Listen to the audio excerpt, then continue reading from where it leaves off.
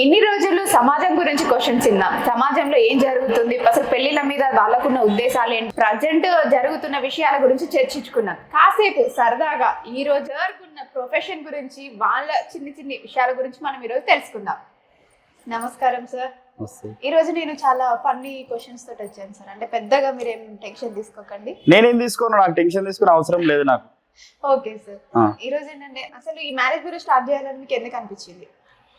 ఎందుకు అనిపించింది అంటే సమాజంలో ఉన్న పరిస్థితులు, నాకు కూడా డబ్బులు కావాలి. చాలా బిజినెస్లు చేసిన, డబ్బులు సంపాదిస్తామేమో ప్రతి దాంట్లో. మీరు బిజినెస్ మ్యాన్ కూడా అయితే? ఇక అన్ని చేసుకుంటూ వచ్చినా, ఇక అవి ఏం చేసినా అనేది ఇక నీకు చెప్తా. ఇక దీంట్లోకి ఎందుకు వచ్చినా దాని గురించి చెప్తా ముందు.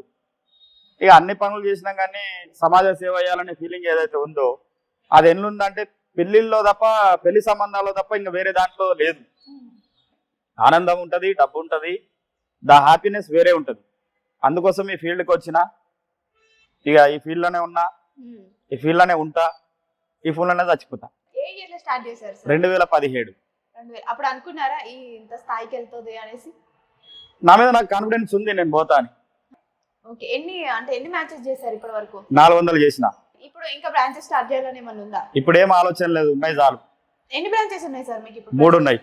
3 సక్సెస్ఫుల్ గా రన్ అవుతున్నాయా? మంచిగానే రన్ అవుతున్నాయి. Okay sir. మిగతా 2 ఎక్కడ ఉన్నాయి? అంటే 3 బ్రాంచెస్ అనేది ఎక్కడెక్కడ ఉన్నాయండి? జగద్గిరిగుట్ట, ఇది మెయిన్ బ్రాంచ్ జగద్గిరిగుట్ట. చింతల్లో ఉంది, ఆన్నే స్టార్ట్ అయినా. ఇక కుకట్పల్లి బీజేపీ ఆఫీస్ పక్క ఒకటి ఉంది. ఫస్ట్ ఎంతమంది స్టాఫ్ తో స్టార్ట్ చేశారు మీరు? నేను ఒక్కోనే. ఇలా మేము 30 మంది ఉన్నాం. చింతల్లో, కుకట్పల్లిలో కూడా సేమ్ స్టాఫా? ఆడ ఒక్కొక్కరు ఉంటారు అంతే. లేదు ఆడ ఇక్కడ మొత్తం అంత స్టాఫ్ అంతా ఇన్ని ఉంటది. నా మెయిన్ బ్రాంచ్ ఇదే, నేను ఇక్కడనే ఉంటా, అందరు ఇడికే వస్తారు. అవి ఎందుకోసం పెట్టామంటే అక్కడ ఏమైనా సంబంధాలు ఉంటే ఆడ పోయి చూపించుకుంటాం. ఏమైనా అంటే ఆల్రెడీ రిజిస్టర్ అయిన కస్టమర్స్ కోసం అని చెప్పేసి. రిజిస్టర్ అయిన కస్టమర్ ఎవరైనా ఉంటే చింతల్లోనే సంబంధం చూస్తా సార్ అన్నాడు, చింతలో చూపిస్తాము. లేదంటే ఇప్పుడు ఈ ఆంధ్ర నుంచి, విజయవాడ నుంచో, గుంటూరు నుంచో, లేకపోతే ఇంకెక్కడి నుంచో వస్తారు కదా, ఆడ బస్సు దిగుతారు కాబట్టి ఈడికి రా అంటే రారాళ్ళు. ఏదో ఇక మనం ఆడికి పోయి సర్వీస్ ఇస్తాం, చూపిస్తాం. సో ఇంకా ఇప్పుడు ఏమైనా అంటే మోస్ట్లీ తెలంగాణలోనే, హైదరాబాద్ లోనే మీ బ్రాంచ్, ఆంధ్ర సైడ్ ఏమైనా ఓపెన్ చేసే ఉద్దేశం? ఏం ఉద్దేశం అయితే లేదు. ఎందుకు సార్ ఇంత సక్సెస్ఫుల్ గా రన్ అవుతున్నప్పుడు అందరూ చాలా అందరూ ఇక్కడికే వస్తున్నారు, ఇక్కడనే సర్వీస్ ఇస్తున్నాం, ఇంకా సరిపోతుంది. ఇప్పుడు నేను అన్ని ఏరియాలలో కూర్చోలేను కదా. కూర్చోకుండా అక్కడి నుంచి వచ్చే వాళ్ళు కూడా ఉంటారు కదా సార్. ఎవరు వస్తారమ్మా, అక్కడ ఎంప్లాయీని పెడతాము, ఆ ఎంప్లాయీ సరిగ్గా పని చేస్తాడు, చెయ్యడు, నేను చేసినట్టు ఉండదు కదా. సో మీదంతా మీ ఓన్ సర్వీసెస్ ఉండాలని మరి అంతే చాలు, ఇంకెందుకు ఎక్కువ. దీనివల్ల అంటే మీకు ఇన్ని మ్యాచెస్ చేయాలని ఏమన్నా టార్గెట్ ఉందా? అంటే మీకు లైఫ్ లో గోల్, ఒరే 1000 పెళ్లిళ్ళు చేసినాం, 1,00,000 చేసినాం, అట్లా ఏమన్నా ఉందా? 10,000 పెళ్లిళ్ళు నా టార్గెట్. ఇప్పటి వరకు ఎన్ని అయినాయి? 400 అయినాయి. అది తొందరలోనే రీచ్ అవుతారు అయితే? ఈ తొందరగా రీచ్ కాను నేను, నాకు దాదాపు కట్టె పట్టుకునే వయసు అవుతుంది. అంతే కదా, 10,000 సంబంధాలు అంటే ఎట్లా రీచ్ అవుతాం? ఇంతమంది స్టాఫ్ ఇన్ని ఉంటే అయి ఉండొచ్చు కదా సార్. సాధ్యం కాదమ్మా, అంత అనుకున్నంత ఈజీ కాదు. ఓకే. మీకు అంత ఓవర్ ఎక్స్పెక్టేషన్స్ అయితే లేవన్నమాట. మోస్ట్లీ నడుచుకుంటూ అట్లా అంతేనా? నడుచుకుంటా కాదు, మెల్లగా చేసుకుంటా పోతా. ఇన్ని మ్యాచెస్ చేస్తుంటారు కదా మీది. మరి మీది ప్రేమ వివాహమా, అరేంజ్ మ్యారేజా? ఎట్లా చెప్పంటావు, ఏం చెప్పమంటావు? మీకు జరిగింది చెప్పండి సార్. అరే నీకెట్లా చెప్పాలి చెప్పు. అంటే మీది నువ్వేమనుకుంటున్నావు? లవ్ మ్యారేజ్ అని అనుకుంటున్నా. కాదు, పెద్దలు కుదిర్చిన వివాహమే నాది. ఎన్ని మ్యాచెస్ మీరు చూస్తూ ఉంటారు కదా సార్, చాలా మంది మ్యాచెస్ సెట్ చేస్తుంటారు, చాలా మంది. దీంట్లో ఎందుకు ఇంత చిన్న రీజన్స్ కు విడిపోతున్నారు అని ఎప్పుడన్నా అనిపించిందా? రీజన్స్ నేను చేసిన అయితే ఎవరు విడిపోలే. మీరు చేసినాయి కాదు సార్, మీరు అంటే సెటిల్మెంట్ చేసేటప్పుడు కానీ అట్లా వచ్చినప్పుడు నమ్ముకొని ఉంటారు కదా, అరే దీనికి కూడా విడిపోతారా, లేకపోతే దీనికా అన్న ఫన్నీ థింగ్ ఎప్పుడన్నా? మామిడి పండ్లు తీసుకురాలేదని, మల్లెపూలు తీసుకురాలేదని, గాజులు తీసుకురాలేదని, పలానా కలర్ చీర తీసుకురాలేదని, స్వీట్ హౌస్ లకి వెళ్ళి స్వీట్ తేలేదని, చికెన్ మటన్ తినిపిస్తలేడని రెస్టారెంట్ లో తీసుకుపోయి, వీటికి కూడా రీజన్స్ ఉన్నాయి. అవిటికి కూడా అలిగిపోయిన అమ్మాయిలు ఉన్నారు. అలిగిపోయిన తర్వాత అసలు వీళ్ళకు చికెన్ గురించో, పాల గురించో, మటన్ గురించో సంథింగ్ ఇదంతా ఉండదు, సబ్జెక్ట్ అంతా వేరు. ఇదేంటంటే చూపిస్తారు సాగ్గా. ఏంటంటే ఇప్పుడు ఇంటి పక్కన అడుగుతారుగా, ఎందుకు అమ్మగారింటి కాడ వచ్చి ఉన్నావు అంటే ఏదో ఒకటి చెప్పాలి కాబట్టి, ఇక మా అత్తతో పడస్తలేదు, మా అతను పడస్తలేరు అని చెప్తారు. వీళ్ళకి ఏంటంటే ఇక అన్ని రకాల ప్రాబ్లమ్స్ ఉంటాయి. ఇక ఎవరి పర్సనల్ వాళ్ళది, వీళ్ళది ఇది వాళ్ళది ఇది అని మనం ప్రత్యేకంగా చెప్పలేము. మొత్తం మీద అయితే గొడవలు నడుస్తూ ఉంటాయి. ఇక ఆ తర్వాత మా అసలు పెద్ద మనుషులు పోయి చెప్తారు, ఇన్నోళ్ళు వింటారు. ఇక ఇన్నోళ్ళకి మనం ఏం చేస్తాం? మీరు స్టోరీస్ అన్ని వింటుంటారు కదా, విని వాళ్ళు చెప్పే బాధలు విని ఏడ్చిన సందర్భాలు ఏమైనా ఉన్నాయా? నాకు ఏడుపు రాదమ్మా. ఎందుకోసం అంటే నాకు అవసరం లేదు కదా, వాళ్ళ సంసారం వాళ్ళకి లేనప్పుడు నాకెందుకు ఏడుపు? అంటే ఇన్ని ఉంటారు కదా, మీకు మెంటల్ టెన్షన్ అనేది ఏమన్నా ఉంటుందా? ఉన్నప్పుడు ఏం చేస్తారు? ఏముంటది, మా కొలీగ్స్ తోని మా భార్యతోని చెప్పుకుంటూ ఇట్లా ఉంటారు గిట్లా ఉంటారు అని చెప్తా ఉంటా. కొంచెం ఫన్నీగా మాట్లాడుకుంటాం, దాంట్లో కొన్ని తీసుకొని, అంతే. ఏముండదు ఇక. మెంటల్ టెన్షన్ అని అంటే సార్, ఇంతమందికి తీసుకున్న వాళ్ళకి కూడా సర్వీస్ ఇవ్వాలి, చేయాలి అనేది కూడా ఉంటది కదా. ఎంతమందికి సర్వీస్ అందుతుంది, ఎంతమందికి అందట్లేదు అనేది కూడా మీరు చూసుకోవాలి కదా మొత్తం. అలా ఎలా మెయింటైన్ చేస్తారు మొత్తం? స్టాఫ్ ఉంది, వాళ్ళు చూసుకుంటారు, వాళ్ళకి చెప్తాము, ఇన్స్ట్రక్షన్స్ ఇస్తాము. ఏ ఫైల్ కి ఏం అందింది, ఏంది పరిస్థితి, రావట్లేదు అని చెప్తారు. కొన్ని వస్తాయి, కొన్ని ఈజీగా అవుతాయి, అన్ని ఉంటాయి, తిప్పలు ఉంటాయి. సో రావట్లేని వాళ్ళని ఏం చేస్తారు మరి? వచ్చిన వాళ్ళంటే ఓకే, వాళ్ళు సర్వీస్ అందుకున్న వాళ్ళు హ్యాపీగా ఉంటారు, రానుల పరిస్థితిని ఏమంటారు? చెప్తాము, వాళ్ళకి ఎట్లయితే పెళ్లి అవుతుందో చెప్తాము. ఇప్పుడు మొదటి సంబంధం అబ్బాయి అనుకో, అయ్యా నీకు మరి పరిస్థితి మీ కులంలో దొరకలేదు, వేరే కులం ఓకేనా? లేదు కులం వద్దు సార్, నాకు మా కులంలో రెండో సంబంధం అయినా పర్లేదు అంటాడు. లేదంటే ఏదో ఒకటి చేయి సార్ అంటాడు.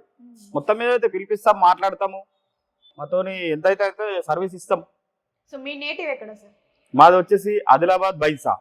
సో భయం సార్, మీ చిన్నప్పుడు మీరు ఏదైనా చేసిన ఫన్నీ థింగ్ ఉందా? అంటే అబ్బా ఈ తీట పని చేస్తే మా అమ్మ ఇరగ బాధిందిరా అన్న రోజులు?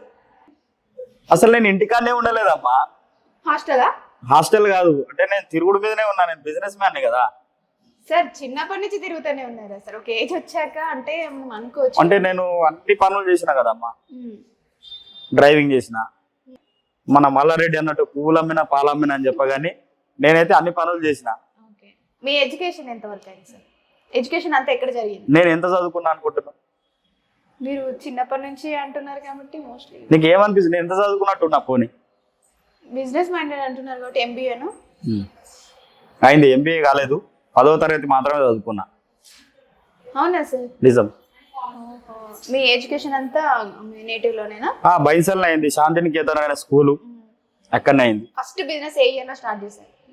ఫస్ట్ బిజినెస్ అంటే మొదటి బిజినెస్ బిజినెస్ అంటే ఇంకా ఇదే మన జాబ్, మన ఇది అనుకునేది ఉంటది కదా. నేను 5th క్లాస్ లో ఉన్నా. సెప్టెంబర్ 5వ తారీఖు రోజు మనకు ఉపాధ్యాయుల దినోత్సవం ఉంటది.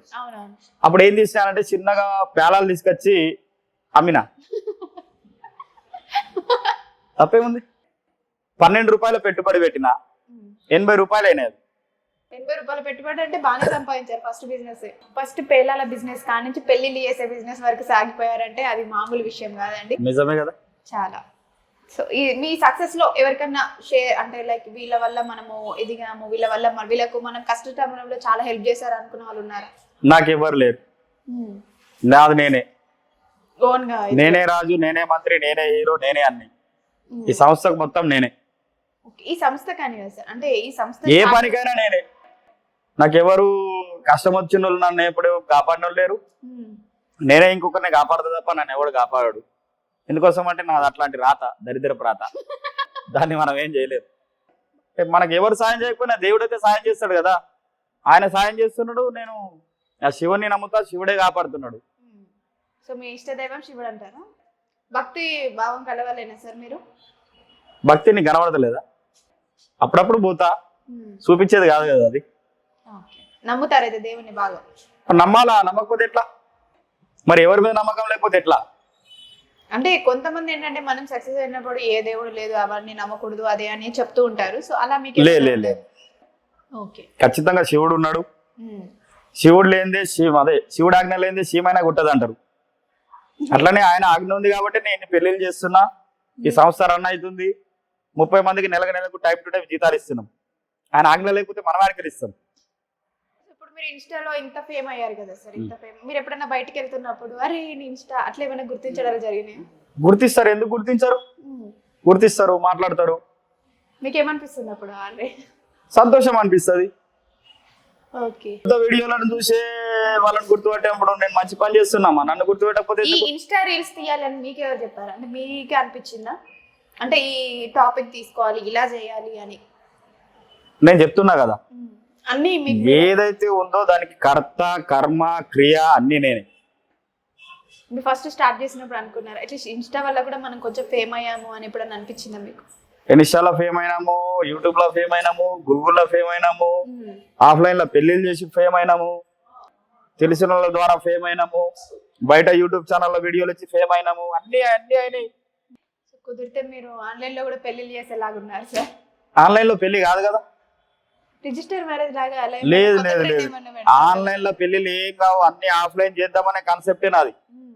కాన్సెప్టే ఆఫ్లైన్ కాన్సెప్ట్. ఏదైతే ఆన్లైన్ మ్యాట్రిమోనీలో ఉన్నాయో అవిటికే మేము కాంపిటీటర్. పెద్ద మనుషులే ఉండాలి, పెద్ద మనుషులే చేయాలి, పెద్ద మనుషులే గెలవాలి. మీకు బెస్ట్ ఫ్రెండ్ అంటే ఎవరైనా ఉన్నారా? ఇక ఫ్రెండ్ అంటే మస్తు ఫ్రెండ్స్ ఉన్నారు నాకు. అందులో బెస్ట్ అంటే ఇది ఒక మనకు ప్రాబ్లం వచ్చింది రా వీళ్ళు సాల్వ్ చేస్తారు, లేదు మనకు బాధ అనిపించింది వీళ్ళతో షేర్ చేస్తారు. ఇక సలహాదారుడు ఉన్నాడు, ఫ్రెండ్ సలహాదారుడు రఘు. ఓకే, ఆయన చూసుకుంటాడు ఏదన్నా ఉంటే. షేర్ చెప్పినట్టు మేము వింటాం.